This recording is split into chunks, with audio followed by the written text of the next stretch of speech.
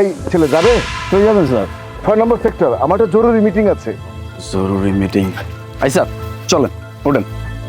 আরে তুমি তোমার খাবারটা আগে খেয়ে নাও। না, খাবার আমি পরে খাইতে পারবো। আপনার তো জরুরি মিটিং আছে, আপনার তো ওই জায়গায় উপস্থিত থাকতে হইব নাকি? চলেন। আরে বাহ, তুমি তো বেশ ভালো একটা ছেলে। হ স্যার, ভালো ছেলে, এই জন্যই তো রিক্সা চালক। ওঠেন।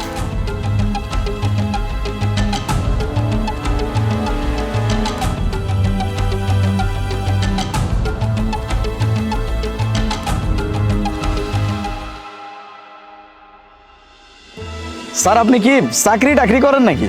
আরে না, আমি চাকরি করি না। এই ঢাকা শহরে আমার 4-5টা ফ্যাক্টরি আছে।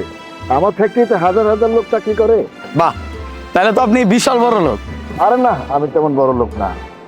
আচ্ছা, তুমি কতদিন যাবত রিক্সা চালাও? 6 মাস হবে স্যার। ওই অনার্সটা পাস করার পরে শহরে আসছিলাম চাকরি করতে, কিন্তু কেউ কোনো চাকরি বাকরি দেয় নাই। যেই জায়গায় চাকরি নিতে যাই 10-15 লাখ টাকা আমার কাছ থেকে ঘুষ চাই। এমন আপনি কোন স্যার, আমার কাছে যদি 10-15 লাখ টাকা থাকতো তাহলে কি আমি চাকরি করতে আসতাম? এই জন্য আর কি ব্যাটের দায় রিক্সা চালাইতেছি। না, এটা ভালো করেছো। বসে না থেকে কিছু একটা করা ভালো। আচ্ছা, তুমি একটা কাজ করো তো, ওই পাম্পটা একটু রেখে দাও।